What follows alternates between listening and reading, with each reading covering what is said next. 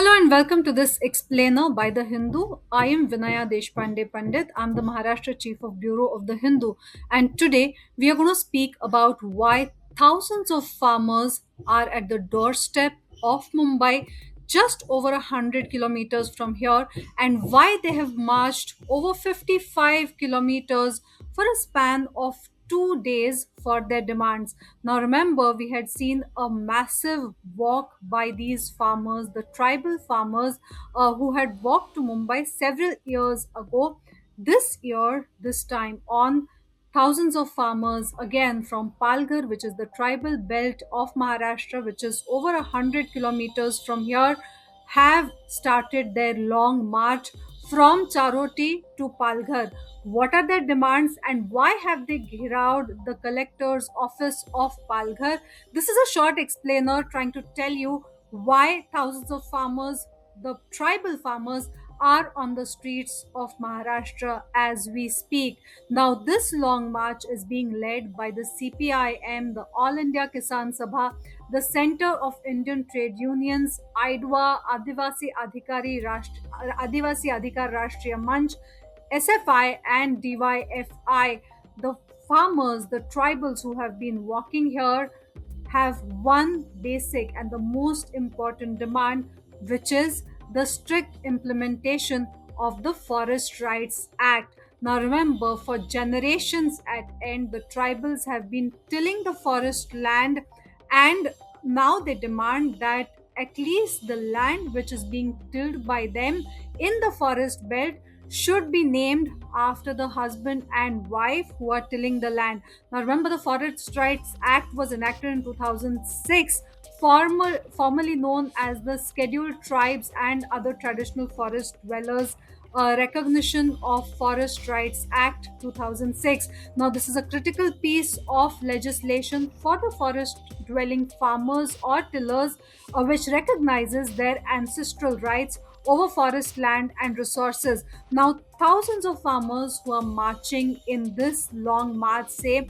that though this piece of legislation exists on paper, they do not yet have their land ownership rights which have been issued to them. So they demand that the red tapeism in issuing the ownership rights to them should be taken away, and this biggest issue should be addressed. Now, this is also with respect to not just the forest land but also with respect to Inam land, the Devasthan land, the Gairans or the fallow lands, which are traditionally tilled by these scheduled tribes and traditional communities.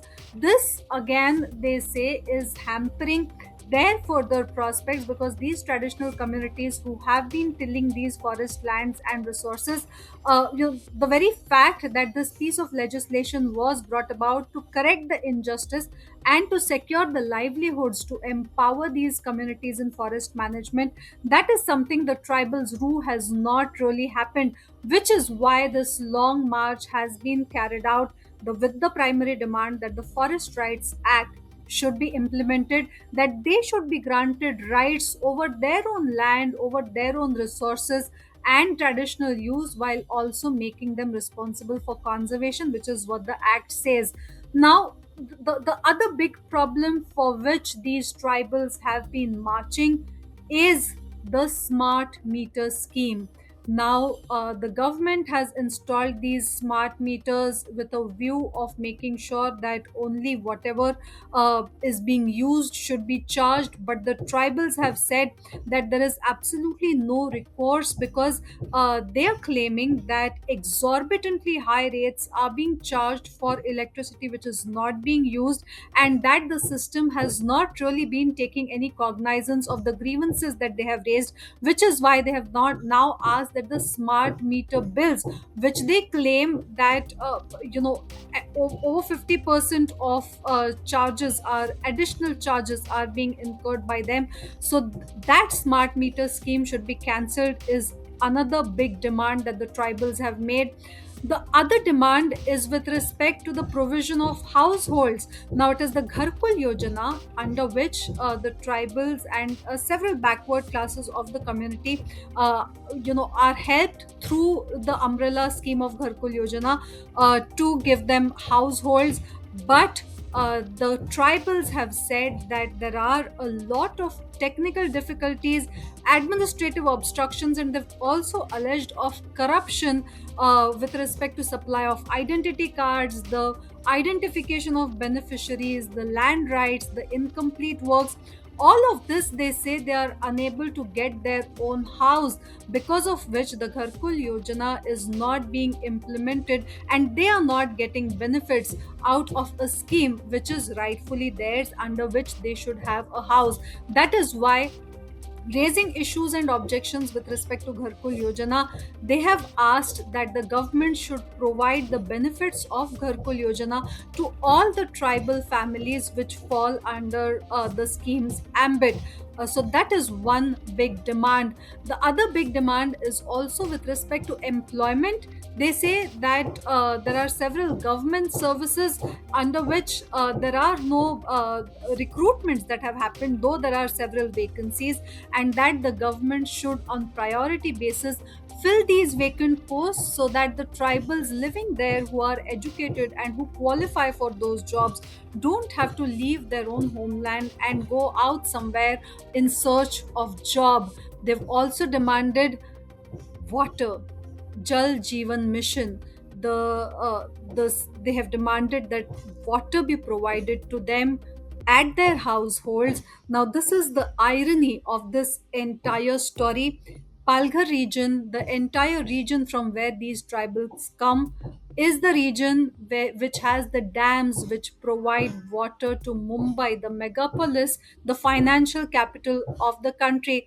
And for years at end, the tribals who are living on the brinks of these dams do not have access to the same water that lies right there in their vicinity.